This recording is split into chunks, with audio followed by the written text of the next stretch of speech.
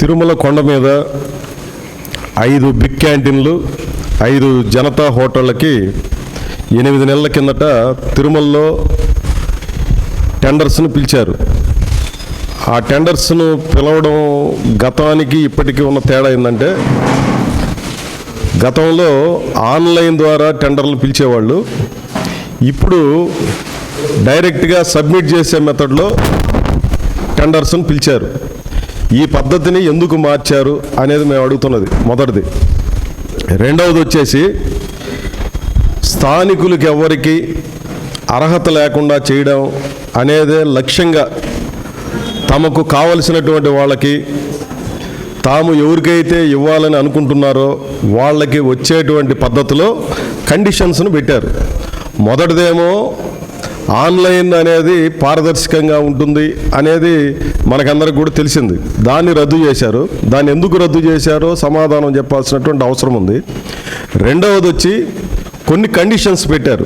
ఆ కండిషన్లో మొదటిది ఏమంటే 10 సంవత్సరాల అనుభవం ఉండాలి. మంచిదే, 10 సంవత్సరాలు కాదు 50 సంవత్సరాల అనుభవం ఉన్నటువంటి వాళ్ళు కూడా తిరుమల కొండ మీద హోటళ్ళు నడుపుతున్నటువంటి అనుభవం ఉన్నటువంటి వాళ్ళు స్థానికులు చాలామంది ఉన్నారు. తిరుపతిలో కూడా ఉన్నారు.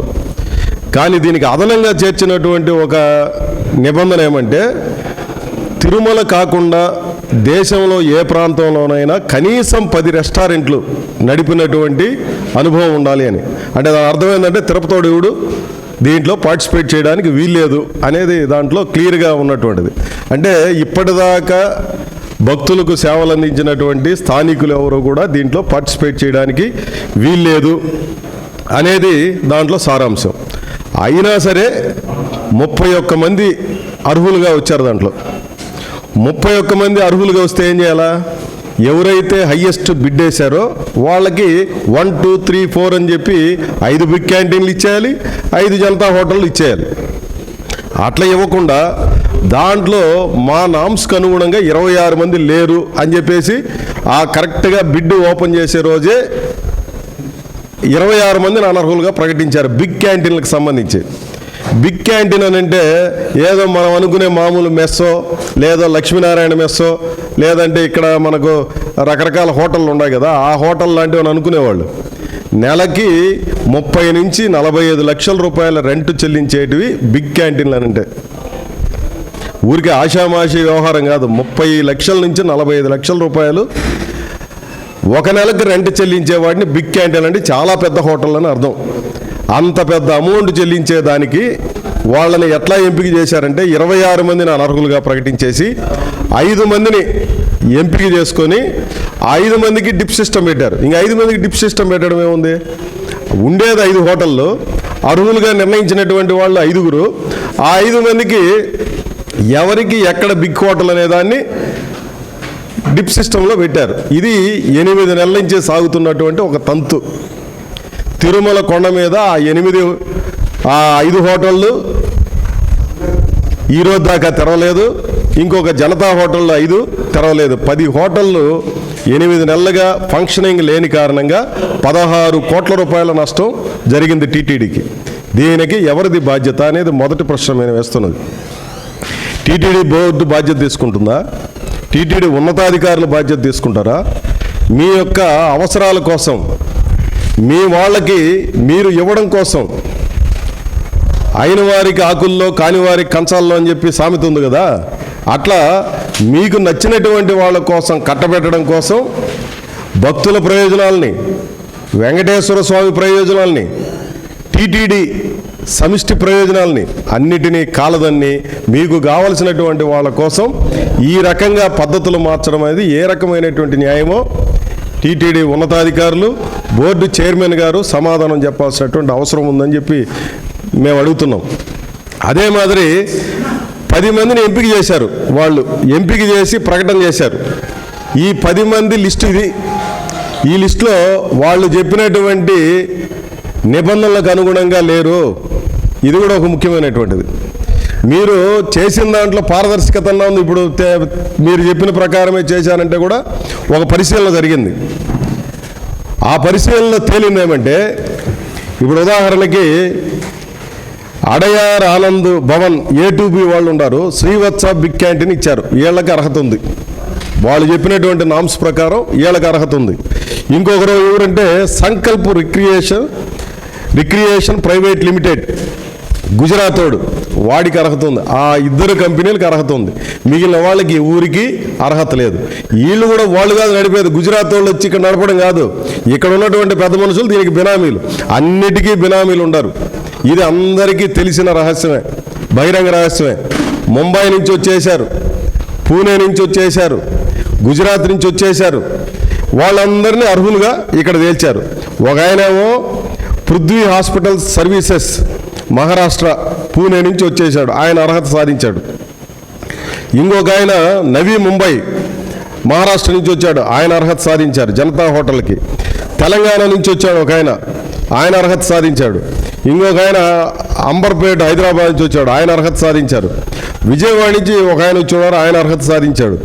అదే మాదిరి ముంబై ఇంకొక అతను, అహ్మదాబాద్ గుజరాత్ ఒక అతను, మియాపూర్లో తెలంగాణ హైదరాబాద్ నుంచి ఒక అతను, ఇంకొక అతను వచ్చి తెలంగాణ, ఆయన కూడా సోమాజీ కూడా, ఆయన అర్హత సాధించాడు. ఇంకొక ఆయన చెన్నై తమిళనాడు, ఈ అడయార్ ఆనంద్ భవన్. అంటే వీళ్ళు చెప్పిన నామ్స్కి అనుగుణంగా ఇద్దరు మాత్రమే ఉన్నారు. మిగిలిన వాళ్ళు నామ్స్ లేకపోయినా ఎట్లా ఎంపిక చేశారు? ఇప్పుడు ఉదాహరణకి మేము అడిగేది ఏమంటే, వెజిటేరియన్ హోటల్స్ నడిపినటువంటి చరిత్ర ఉండాలి, 10 సంవత్సరాల అనుభవం ఉండాలి, 100 కెపాసిటీతో ఉన్నటువంటి సామర్థ్యం ఉన్నటువంటి హోటళ్ళు నడపాలనేది దాంట్లో నామ్స్లో పేర్కొన్నటువంటిది. కానీ ఇక్కడ చూడండి, పూర్తిగా డాబా నడిపేవాళ్ళు, సంతోష్ డాబా ఎక్స్క్లూజివ్ అడ్రస్ వచ్చి lower ground, Alluri complex, Kukatpally main road, Hyderabad, అక్కడి నుంచి వచ్చారు. ఈడు డాబా నో vegetarian hotel, non vegetarian restaurants నడుపుతూ ఉంటాడు. అతన్ని ఎంపిక చేశారు డాబా నడిపేవాడిని. కానీ నామ్స్లో ఏమని పెట్టారు? నాన్ వెజిటేరియన్ నడిపేవాళ్ళు, డాబాలు నడిపేవాళ్ళు, లేదంటే ఇట్లాంటి వాళ్ళు అర్హులు కాదు అని చెప్పారు, పూర్తిగా పెట్టారు. అదే మాదిరి పూణే నుంచి వచ్చినటువంటి వాడు అడ్రస్సే లేదు, వాడు ఎవడో కూడా తెలియదు. ఆ అడ్రస్లో గూగుల్లో చెక్ చేస్తే ఆ అడ్రస్లో అట్లాంటిదేమి కనబడినటువంటి పరిస్థితి లేదు. రాఘవేంద్ర ప్యూర్ వెజిటేరియన్ హైదరాబాద్లో, అసలు వాడికి రెస్టారెంట్లే లేవు. ఎట్లా ఎంపిక చేస్తారు వీళ్ళందరినీ? వీటన్నిటినీ విజిలెన్స్ వాళ్ళు తనిఖీ చేశారా లేదా? అసలు ఏం జరుగుతూ ఉంది టీటీడీలో అంటే, మీకు నచ్చినటువంటి వాళ్ళకి టీటీడీలో ఉన్నటువంటి ఒక ముఖ్యమైనటువంటి ఉన్నతాధికారికి, ఒక బోర్డు సభ్యుడికి, లేదంటే ఇట్లా రకరకాల వాళ్ళకి వాళ్ళ బంధువులకో స్నేహితులకో ఇష్టానుసారంగా ఇచ్చేశారు. స్థానికుల ప్రయోజనాలు పోయినా పర్వాలేదు, ఏం జరిగిపోయినా పర్వాలేదు, మా వాళ్ళకి మేలు చేయడమే మా లక్ష్యం అన్నట్టుగా ఇది జరిగింది. ఇది ఒక తంతు అయితే, అంటే ఎంపిక చేయడంలోనే చాలా తప్పులు జరిగినాయి. నెంబర్ 1, దీని మీద కోర్టులో నడుస్తోంది. 8 నెలలుగా పూర్తిగా తెరవలేదు, మూత వేస్తున్నారు. దీని కారణంగా భక్తులు తీవ్రమైనటువంటి ఇబ్బందులు పడుతుంటే మొత్తం రద్దు చేసి రీటెండర్స్ని పిలవాల్సింది పోయి దాన్నంతా కూడా చలామణిని చేసే కార్యక్రమం జరుగుతూ ఉంది. ఇదొకటి. ఈ ఇచ్చినటువంటి లైసెన్సులు తీసుకున్నారు కదా పెద్ద మనుషులంతా కూడా, ఈ 10 మంది, ఏళ్లలో అత్యధికులు ఏం చేస్తూ ఉన్నారు? విచ్చలవిడిగా నిర్మాణాలు చేస్తారు, అక్కడ కొట్టేసి చేస్తున్నారు. టీటీడీలో ఉన్నటువంటి నిబంధన ఏమి? టీటీడీ బిల్డింగ్స్ని ఒక్క ఇటుక రాయి కూడా తీయడానికి వీల్లే. ఏమైనా మార్పులు చేయాలంటే టీటీడీ ఇంజనీరింగ్ విభాగం, రెవెన్యూ వాళ్ళు, ఇట్లాంటి పంచాయతీ వాళ్ళకి అప్లై చేసుకొని వాళ్ళ అనుమతులు తీసుకొని వాళ్ళే వచ్చి చేయడం అనేది సిస్టమ్. కానీ వీళ్ళు ఏం చేస్తూ ఉన్నారు? ఉదాహరణకి నేను చూపిస్తాను చూడండి. కౌస్తుభం గెస్ట్ హౌస్, ఇది కౌస్తుభం గెస్ట్ హౌస్, 500 రూములు ఉంటాయి. కౌస్తుభం గెస్ట్ హౌస్లో పైన 500 రూములు ఉంటాయి. కిందన గ్రౌండ్ ఫ్లోర్లో ఎలివేషన్ కోసం మొత్తం కొట్టేస్తున్నారు వీళ్ళు. ఎలివేషన్ కోసం కిందన, అంటే ఎంత ప్రమాదం అంటే ఇదేం కనపడదా టీటీడీ వాళ్ళకి? విజిలెన్స్ వాళ్ళు ఏం చేస్తున్నారు? రెవెన్యూ వాళ్ళు ఏం చేస్తున్నారు? ఇంజనీరింగ్ విభాగం వాళ్ళు ఏం చేస్తున్నారు? ఎందుకు దీనిని అనుమతించారు అనేది వాడుతా అంటే కిందన కొట్టేస్తున్నారు. ఇదే మాదిరి కౌస్తుభం గెస్ట్ హౌస్ ఇంకొక యాంగిల్లో తీసినటువంటి ఫోటో. టీటీడీ అనుమతులు తీసుకున్నారా? మొదటిది. రెండవది, అనుమతులు తీసుకున్నారా లేదా టీటీడీ ప్రకటించాలి. ఈ కండిషన్స్లో పెట్టున్నారు, ఒక్కటి కూడా చిన్న మార్పు చేయడానికి వీల్లేదు అని చెప్పి కండిషన్స్లో పెడితే, అసలు కిందన నిర్మాణమే మార్చేస్తూ ఉంటే ఎలివేషన్ కోసం రేపొద్దున అంత పెద్ద బిల్డింగ్కి ప్రమాదం జరిగితే ఎవరు దానికి బాధ్యత వహించాలా అనే దానికి లేదు. ఇదే మాదిరి మేదరమెట్లో కూడా చూడండి ఏ రకంగా కన్స్ట్రక్షన్ చేస్తున్నారు. టీటీడీలో తిరుమల కొండ మీద ప్రైవేట్ ఆస్తులే లేవు. మబ్బురావు రెడ్డి ఎమ్మెల్యేగా ఉన్నటువంటి రోజుల్లోనే ఆయనది ఒక స్టార్ హోటల్ ఉంటే ఎమ్మెల్యేని కూడా చూడకుండా కొట్టాడు, బారేసి కింద పంపించేశారు. ఎన్నిసార్లు సుప్రీంకోర్టు దాకా పోయినాడు ఆయన, ఎంతంతో చేశాడు, ఏమిలే. ఆఖరికి మొత్తం ఖాళీ చేసుకొని దండం పెట్టి టీటీడీకి అప్పచెప్పి వచ్చేశాడు. ఇప్పుడేం జరుగుతూ ఉంది?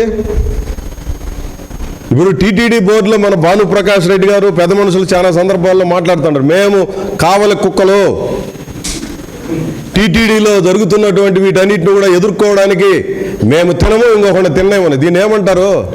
వీళ్ళందరూ ఏం చేస్తున్నారు? ఈ పెద్ద మనుషులు కావలి కుక్కలుగా ప్రకటించుకున్నటువంటి వీళ్ళందరూ కూడా టీటీడీ బోర్డులో తీర్మానాలు చేస్తున్నారు వాళ్ళకు అనుకూలంగా. ఇది చాలా అన్యాయమైనటువంటిది, అధర్మమైనటువంటిది. ఇష్టానుసారంగా జరుగుతున్నటువంటి పద్ధతిని మొత్తం మార్చాలని చెప్పి నేను కోరుతున్నాను. అదే మాదిరి మీరు చూడండి, వీటిల్లో అన్నీ ఉన్నాయి వివరాలు మేము ఇచ్చినటువంటి నోట్లలో. కాబట్టి రీటెండర్లు పిలవండి అనేది మేము కోరుతున్నాం. అదే మాదిరి సన్నిధానం బిగ్ క్యాంటీన్ మీద టీటీడీ బోర్డుకు ఎందుకు అంత ప్రేమ అని చెప్పి ఇచ్చాం. రెండో దీంట్లో సన్నిధానం బిగ్ క్యాంటీన్లో ఏం జరిగింది? వాళ్ళు కట్టాల్సింది 27,37,600 రూపాయలు ఒక నెలకి. వాళ్ళు గత కొన్ని నెలలుగా ఈ డబ్బులు ఇచ్చిన 3.5 కోట్లు ఇప్పటికీ బాకీ, 3.5 కోట్లు. కానీ కండిషన్స్లో ఏముంది? ప్రతి 100 రూపాయలకి 2 రూపాయలు పెనాల్టీ వేసి వసూలు చేయాలనేది కండిషన్స్లో ఉంది. ఆ కండిషన్స్ కాపీలన్నీ మీకు ఇచ్చినారు చూడండి. 100 రూపాయలకి 2 రూపాయలు చొప్పున జరిమానా వేసి మేము వసూలు చేస్తాము కట్టకపోతానంటే 3.5 కోట్లు కట్ల. వీళ్ళు ఏం చేశారంటే తమకిచ్చినటువంటి స్థలమే కాకుండా అదనంగా 201 స్క్వేర్ మీటర్ల స్థలాన్ని ఆక్రమించి 15 చెట్లుంటే పెద్ద పెద్ద చెట్లు, ఎప్పుడో పురాతన కాలం నుంచి చెందిన చెట్లుంటే చెట్లు కొట్టేసి, మేము చెప్పడం కాదు, ఒక ఆయన కోర్టులోనే వేసున్నాడు వీళ్ళ మీద ఏ చర్యలు లేవు టీటీడీలని. టీటీడీ కూడా బోర్డుకు పెట్టిన దాంట్లో సమాధానం చెప్పింది 15 చెట్లు లేవు, 6-7 చెట్లు ఉన్నాయని. అంటే 15 చెట్లు కొట్టేస్తే పెద్ద తప్పు, 6-7 చెట్లు కొట్టితే తప్పు లేదా? 6-7 చెట్లు కొట్టేశారు, దాని మీద మేము ఫైన్ వేసాము, 1.5 లక్షల రూపాయలు ఫైన్ వేసాము అని చెప్పారు. టీటీడీ స్థలాన్ని డైరెక్ట్గా ఆక్రమణ చేయడమే కాకుండా ఒక షెడ్డే కట్టేశారు, అక్కడ షెడ్ కట్టేశారు, నిర్మాణాలు కూడా చేపట్టేశారు. ఇది ఎప్పుడు తెలిసింది? ఇంజనీరింగ్ వాళ్ళు పోయి తనిఖీ చేసినప్పుడు బయటపడింది. బయటపడిన తర్వాత వాళ్ళు ఏం చేశారు? ఇమ్మీడియట్గా వాళ్ళకి పిలిచి ఇది ఎట చేస్తారు మీరు అని చెప్పి వివరణ అడిగితే వివరణ కూడా ఇవ్వాలి, మీకు వివరణ కూడా ఏమో మీ దిక్కును కాడు చెప్పుకోండి అన్నట్టుగా వాళ్ళ ప్రవర్తన. అంటే ఎవరుండాలి వీళ్ళ వెనకాల? ఇంత అహంభావంతో ప్రవర్తించేటువంటి తీరు తిరుమల కొండ మీద గతంలో ఎప్పుడైనా మనం చూసామా? అందుకని టీటీడీ ఇంజనీరింగ్ విభాగము, విజిలెన్స్ విభాగము, పంచాయతీ వాళ్ళు, ఆ రెవెన్యూ పంచాయతీ అంతా కూడా వీళ్ళంతా కూడా పోయి మొత్తం తనిఖీలు చేసి తేలింది ఏమంటే వీళ్ళు ఆక్రమించింది వాస్తవమే, చెట్లు కొట్టేసింది వాస్తవమే. కాబట్టి ప్రతి నెల 7 లక్షల రూపాయలు, అంటే కొట్టిన దానికి ఫైన్ వేస్తూ 7 లక్షల రూపాయలు, ఇక్కడ 27 లక్షలు ఉంది కదా, దానికి అదనంగా ఇంకొక 7,43,000 రూపాయలు కట్టించుకోవాలి ప్రతి నెల అని చెప్పి రికమెండ్ చేశారు. రికమెండ్ చేస్తూ ప్రతి నెల 35 లక్షల రూపాయలు డబ్బులు వీళ్ళ దగ్గర కట్టించుకోవాలి, ప్లస్ 18% వీళ్ళ దగ్గర జీఎస్టీ కట్టించాలని చెప్పి టీటీడీ బోర్డుకు ప్రతిపాదనలు చేస్తూ టీటీడీ బోర్డు నిర్ణయం కోసం అని చెప్పి ఒక బోర్డుకు పెట్టారు. దాంతోపాటు ఇన్ని తప్పులు చేశారు కాబట్టి ఏం చేశారు? వీళ్ళు డబ్బులు సక్రమంగా చెల్లించడం లేదు, ఆక్రమణలకు పాల్పడినారు. ఆక్రమణకు పాల్పడమే కాకుండా మేము చెప్పిన దానికి సమాధానాలు ప్రాపర్గా ఇవ్వలేదు. మూడవది అతి ముఖ్యమైనది ఏమంటే భక్తులు విపరీతమైనటువంటి ఫిర్యాదులు చేశారు. టీటీడీ నిర్ణయించినటువంటి నిబంధనలకు అనుగుణంగా రేట్లు కాకుండా విచ్చలవిడిగా రేట్లు పెడుతున్నారు, స్టార్ హోటల్స్లో కూడా ఇంత రేట్లు లేవు అని చెప్పి టీటీడీకి ఫిర్యాదులు చేశారు. ఇది మేము చెప్పడం కాదు, టీటీడీ బోర్డు మీటింగ్లో ఒక పెద్ద నోట్లో పేర్కొన్నటువంటి విషయాలు నేను అన్నీ చెప్పేది. టీటీడీ బోర్డులో మీరే ఈ విషయాలన్నీ ప్రస్తావన చేస్తూ టీటీడీ బోర్డు చేసినటువంటి నిర్ణయం ఏందో తెలుసా? బిఆర్ నాయుడు గారు సమాధానం చెప్పాలి దీని మీద. టీటీడీ దాండి 1, 2, 3 3 రకాల అంశాలు చెప్పింది.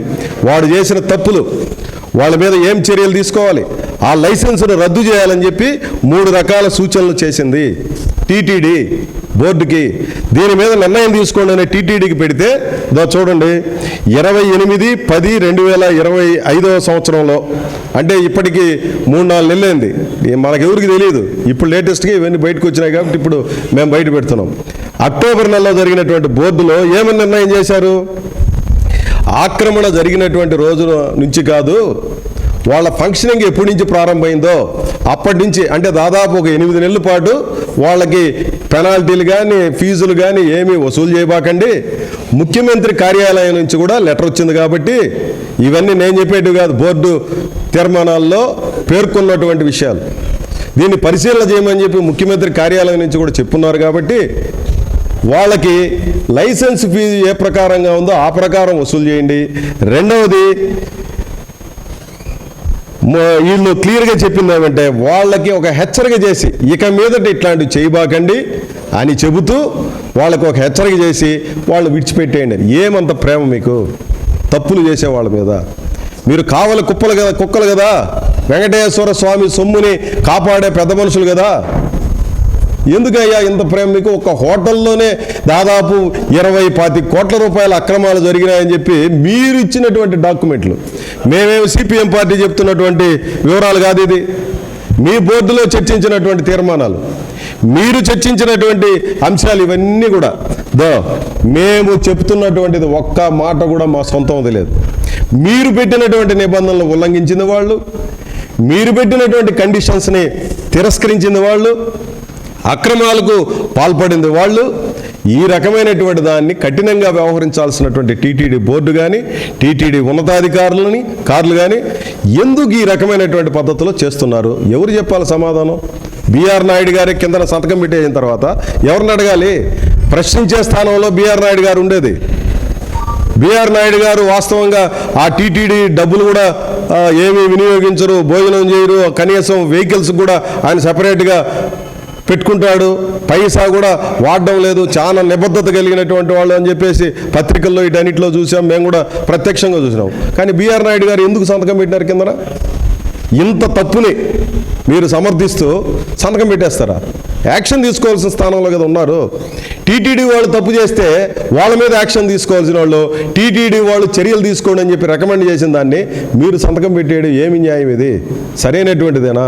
మీరు సమాధానం చెప్పాల్సినటువంటి అవసరం ఉందా లేదా? అందుకని మేము అనేది ఏమంటే, ఇంకా టీటీడీ యాజమాన్యం కాదు, టీటీడీ బోర్డు కాదు, రాష్ట్ర ప్రభుత్వం సమాధానం చెప్పాలి దీని మీద.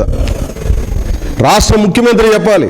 పవిత్రత గురించి, తప్పుల గురించి, టీటీడీని కాపాడుకోవడం గురించి పదే మీరు చెప్తా ఉంటారు కదా, మీరు చెప్పండి సమాధానం. వైసీపీ వాళ్ళు కూడా మాట్లాడాలా. ఇట్లాంటి రోజు పేజీల కొద్దీ లడ్డు గురించి లేదా వీటి గురించి అడ్డగోలు మాట్లాడుకోవడం తప్ప నిజంగా జరుగుతున్నటువంటి తప్పుల్ని మీరు ప్రక్షాళన చేసే పద్ధతిలో ఉండారా? ఇట్లాంటి వాటి అన్నింటినీ ఏదో ఒక రకంగా స్కిప్ చేసి అయిపోయి చలామణి అయిపోయి అన్నటువంటి పద్ధతిలో ఉన్నారా? ఇది స్కిప్ చేసి ఏదో ఒక రకంగా చేసేటువంటి ధోరణి తప్ప, తప్పులు చేసే వాళ్ళని సమర్థించే వైఖరి తప్ప ఇది సరైనటువంటిది కాదు. ఇది టీటీడీకి రావాల్సినటువంటి ఆదాయం తగ్గిపోవడం, అక్రమార్కుల్ని వాళ్ళు సపోర్ట్ చేయడం ఏ రకంగానూ సమర్థనీయం కాదు. స్థానికుల పట్ల ఒక నిర్లక్ష్య వైఖరి, తేలిక భావం. ఈ రోజున శ్రీవారి మెట్టు చిరు వ్యాపారులు ఎన్నేళ్లుగా 2 సంవత్సరాలుగా చేస్తున్నారండి పోరాటం. 2 ఏళ్లుగా వాళ్ళు టీటీడీ పరిపాలనా భవనం ఎదురుగా నిరాహార దీక్షలు చేస్తుంటే ఏమని పలకరించే నాదుడు లేదు ఈరోజు దాకా. సామాన్యుడి పట్లేమో మీరు ఈ రకమైనటువంటి వైఖరా? అసామాన్యులు ముఖ్యమంత్రి కార్యాలయం నుంచి రికమెండేషన్లు తెచ్చుకునేవాళ్ళు, గుజరాత్ నుంచి వచ్చేవాళ్ళు, ముంబై నుంచి వచ్చేవాళ్ళు, ఎవడు ఏమైనా చేసుకోవచ్చు ఇక్కడ. దానికి బోర్డు కూడా సమర్థిస్తుందా? ఏమి న్యాయం అండి? వెంకటేశ్వర స్వామి క్షమిస్తాడా మిమ్మల్ని? ఈ రకమైనటువంటి స్థానికులు, కష్టంలో ఉండేవాళ్ళు, లేదా చిన్న చిన్న వస్తువులు అమ్ముకునేవాడు, సోడాలు అమ్ముకునేవాడు, చెనిక్కాయలు అమ్ముకునేవాడు, మిఠాయిలు అమ్ముకునేవాడు, టీ అమ్ముకునేవాడు, ఇట్లాంటి వాళ్ళను 2 ఏళ్లుగా టీటీడీ పరిపాలనా భవనం ఎదురుగా నిరాహార దీక్షలు చేయాలి. ఏమాత్రం చెమట పట్టకుండా మొత్తం వ్యవహారాలు నడిపేసే పెద్ద మనుషులు టీటీడీ బోర్డునైనా ఇన్ఫ్లుయెన్స్ చేస్తారు, టీటీడీ ఉన్నతాధికారులైనా ఇన్ఫ్లుయెన్స్ చేస్తారు, ముఖ్యమంత్రి ఆఫీస్ నుంచి అయినా లెటర్ వచ్చేస్తుంది. ఏమి న్యాయం అండి ఇది? ఇదేనా వెంకటేశ్వర స్వామి మిమ్మల్ని అందరినీ కస్టోడియన్లుగా పెట్టి కాపాడండి వెంకటేశ్వర స్వామి సొత్తునని చెప్తే ఈ రకమైనటువంటి పద్ధతుల్లో చేయడం ఏమి న్యాయం ఇది? ఇది సరైనటువంటిది కాదు. రేపు మా మీద కూడా పెడతారు మళ్ళా అధికార పార్టీ నాయకులు వీళ్ళంతా వచ్చేసి ఏదో ఇది జరిగింది అది జరిగిందని. నిజాయితీగా వ్యవహరించండి. మీరు వెంకటేశ్వర స్వామి దగ్గర అయినా నిజాయితీ వ్యవహరించండి. మీరు రోజు పనికిరాని మాటలు, రోజు టైం వేస్ట్ మాటలు, మీ టైం వేస్ట్ చేస్తున్నారు, ప్రజల టైం వేస్ట్ చేస్తున్నారు. ఈ రాష్ట్రానికి పట్టినటువంటి దరిద్రంగా తయారైపోయింది ఈరోజు వీళ్ళు వ్యవహరిస్తా అన్నటువంటి ధోరణులు. కానీ వెంకటేశ్వర స్వామి దగ్గరైనా నిజాయితీగా ప్రవర్తించండి. తప్పులు చేసినటువంటి వాళ్ళ పట్ల కఠినంగా వ్యవహరించండి. సామాన్యుడి పట్ల, చిన్న చిన్న వాళ్ళ పట్ల న్యాయంగా వ్యవహరించండి, ధర్మాన్ని రక్షించండి. ఆ ధర్మమే మిమ్మల్ని కాపాడుతుందని చెప్పి ప్రతినిత్యం ప్రచారం చేస్తూ ఉంటారు కదా, ఆ ధర్మం పట్ల ధర్మంగా వ్యవహరించండి అని చెప్పడం కోసమే ఈ ప్రెస్ మీట్ మేము పెట్టాము. దయచేసి ఇది మా దృష్టికి వచ్చినటువంటి ఇట్లాంటి ఇష్యూని మీ దృష్టికి తెచ్చాం. ఇంకా ఏమైనా ఉంటాయి, రకరకాలు ఉంటాయి. ఈరోజు టీటీడీలో ఇట్లాంటి చోట కూడా అధర్మంగా వ్యవహరించడం సమంజసం కాదు. బయటికి రావాలి. ఇట్లాంటి వాటిని ప్రశ్నించే శక్తులు మేము.